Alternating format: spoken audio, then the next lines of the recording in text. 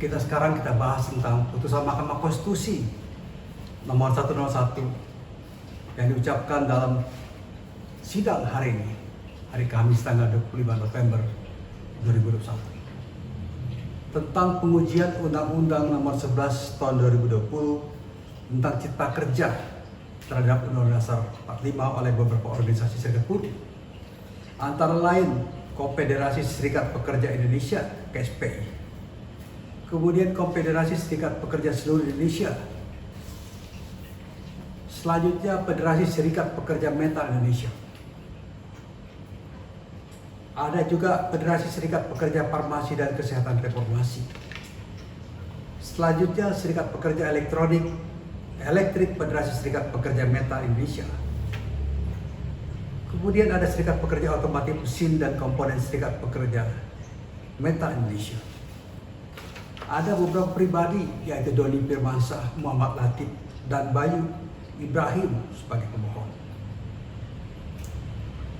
Permohonan ini diajukan oleh para pemohon untuk pengujian material, yaitu pasal 81 Undang-Undang Cipta Kerja yang mengubah, menghapus atau menetapkan pengaturan baru dalam Undang-Undang nomor 13 tahun 2003 tentang Ketenagakerjaan.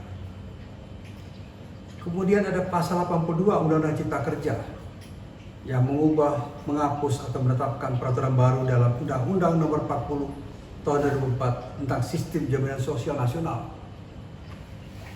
Ada juga pasal 83 Undang-Undang Cipta Kerja yang mengubah, menghapus atau menetapkan peraturan baru dalam Undang-Undang nomor 24 tahun 2011 tentang Badan Penyelenggara Jaminan Sosial.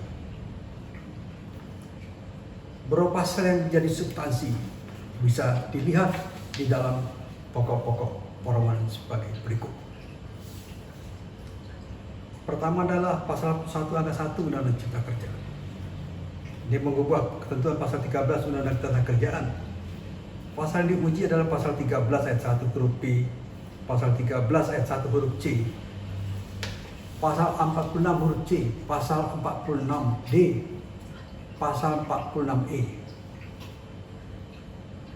Bahwa diuraikan juga dalam permohonan ini oleh para pemohon pengujian pasal 83 angka 1 Undang-Undang Cipta Kerja karena mengubah ketentuan pasal 6 Undang-Undang BPJS.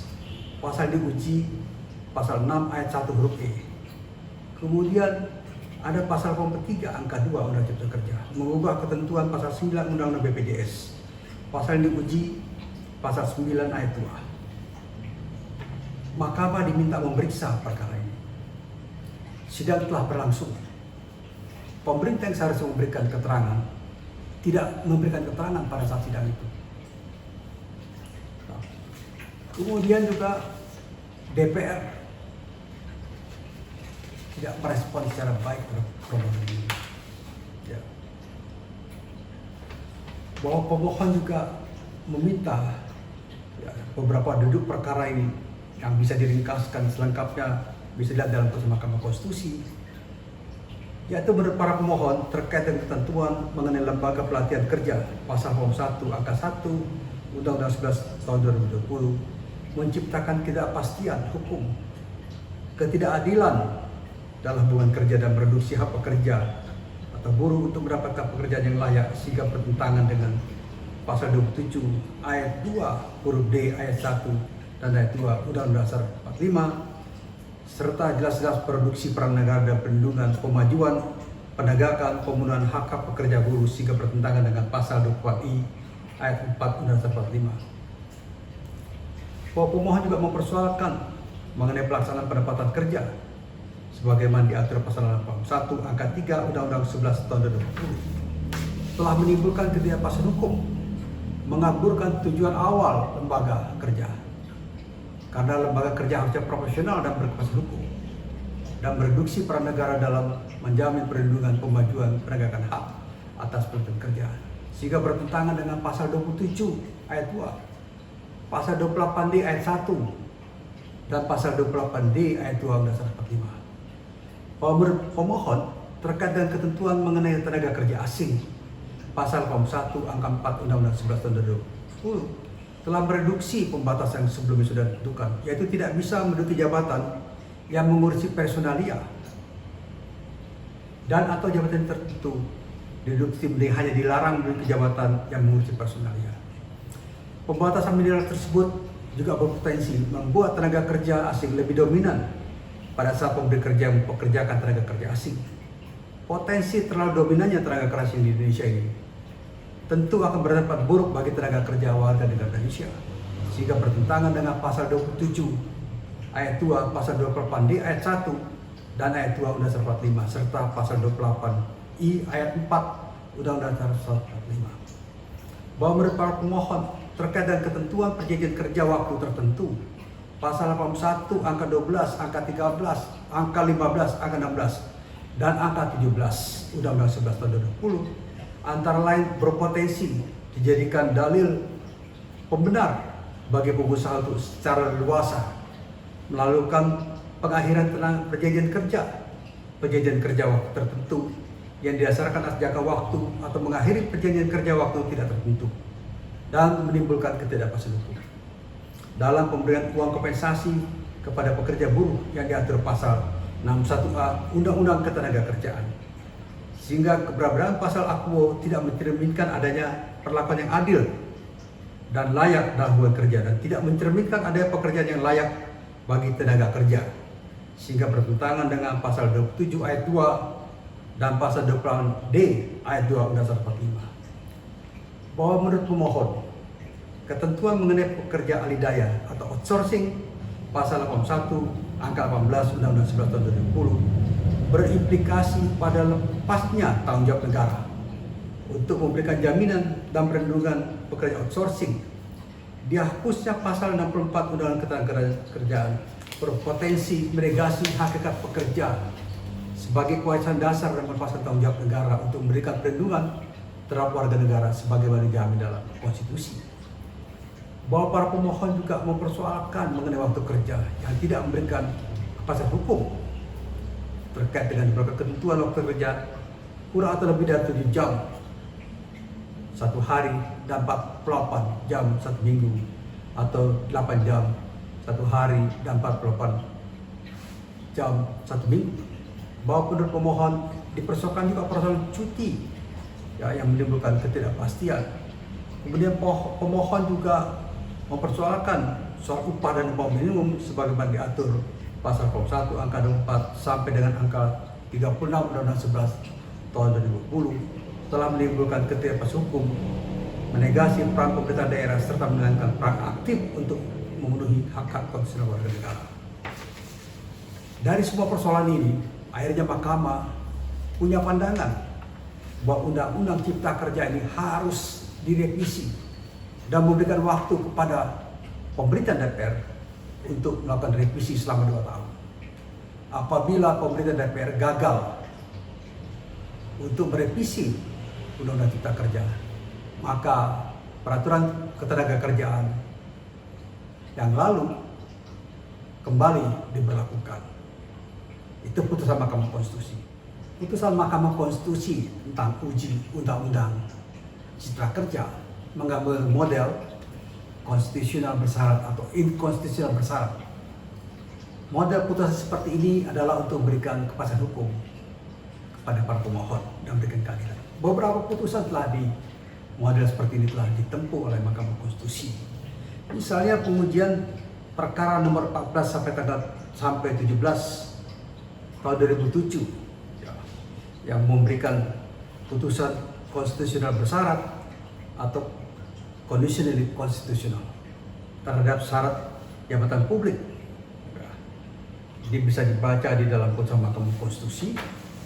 Kemudian juga putusan nomor 4 nomor 4 tahun 2009 ini berkaitan dengan yang sama seperti putusan tentang pengujian Undang-Undang Cipta Kerja ini, yaitu inkonstitusional bersyarat atau conditionally unconstitutional terkait dengan syarat tidak pernah dijatuhi pidana bagi jabatan publik. Putusan ini menguji pasal 12G Undang-Undang Nomor 10 Tahun 2008 tentang pemilihan umum anggota DPR, DPD, dan DPRD. ya, yang mensyaratkan bahwa tidak pernah dijatuhi pidana penjara berdasarkan putusan pengadilan yang telah mempunyai ketentuan hukum tetap karena melakukan tindak pidana yang diancam dengan pidana penjara 5 tahun atau lebih. Pasal 50 ayat 1 huruf G ini, ya, sebagaimana dikatakan tadi, dinyatakan tidak berlaku secara konstitusional apabila tidak memenuhi syarat, yaitu norma yang terkandung dalam pasal-pasal tersebut berbagai undang-undang yang dimohonkan dinyatakan sebagai konstitusional bersyarat, yang dikecualikan untuk tidak pidana yang bersifat kealpaan ringan atau culpa levis, dan tidak pidana karena alasan perbedaan pandangan politik. Kemudian ada juga perkara yang mengambil model putusan serupa, yaitu pembatasan masa jabatan kepala daerah, putusan nomor 8 tahun 2008. Dalam perkara ini diuji pasal 58 huruf O Undang-Undang 32 tahun 2004 yang menentukan calon kepala daerah dan wakil kepala daerah adalah warga negara Republik Indonesia yang memenuhi syarat huruf O belum pernah menjabat sebagai kepala daerah atau wakil kepala daerah selama 2 tahun masa jabatan dalam jabatan yang sama. Ini dipersoalkan karena bisa saja seorang wakil kepala daerah, ya, menjabat atau naik menjadi kepala daerah karena satu persoalan peralangan hadir tetap dari kepala daerah yang lama hanya menduduki jabatan 9 bulan. Ini adalah satu keadilan. Oleh karena itu Mahkamah berpendapat, ya, sebagaimana juga disebutkan dalam putusan nomor 22 tahun 2009, bahwa apabila proses dari wakil kepala daerah menjadi kepala daerah, apakah wakil bupati menjadi bupati, apabila kurang dari separuh atau kurang dari separuh masa jabatan, itu tidak dihitung sebagai satu periode jabatan. Ya. Kemudian juga ada contoh lain, ya, pemungutan hasil survei misalnya, quick count. Ini juga quick count dikatakan dianggap tidak berlaku larangan quick count selama tenang dan masa pencoblosan. Ya, karena apa? Karena survei tidak mempengaruhi pendapat orang. Ya. Jadi putusan perkara 9 ya, tahun 2009 ini melarang atau menghapuskan kriminalisasi terhadap pelaku survei. Ya. Kemudian e-voting, ya, perkara e-voting atau perkara 14147 tahun 2009 yang dimohonkan oleh Bupati Jembrana dan 20 kepala dusun di Kota Jembrana, di mana mereka telah melaksanakan e-voting dalam pemilu desa. Oleh karena itu Mahkamah berpendapat dalam putusannya, apabila satu daerah bisa melaksanakan e-voting dalam pemilu kepala daerah, maka bisa dilaksanakan tetapi dengan koordinasi dengan KPU. Itu model-model yang tidak, yang menurut saya itu adalah jalan keluar dari suatu peraturan yang harus diberikan keadilan bagi pemohon dengan pemberlakuan secara bersyarat.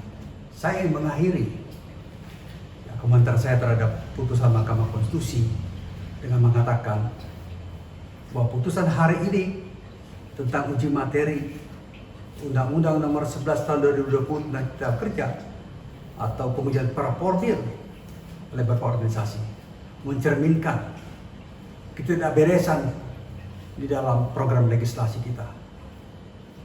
Undang-Undang Cipta Kerja ini adalah satu di antara dua undang-undang yang paling buruk, yang paling banyak dikritik oleh masyarakat.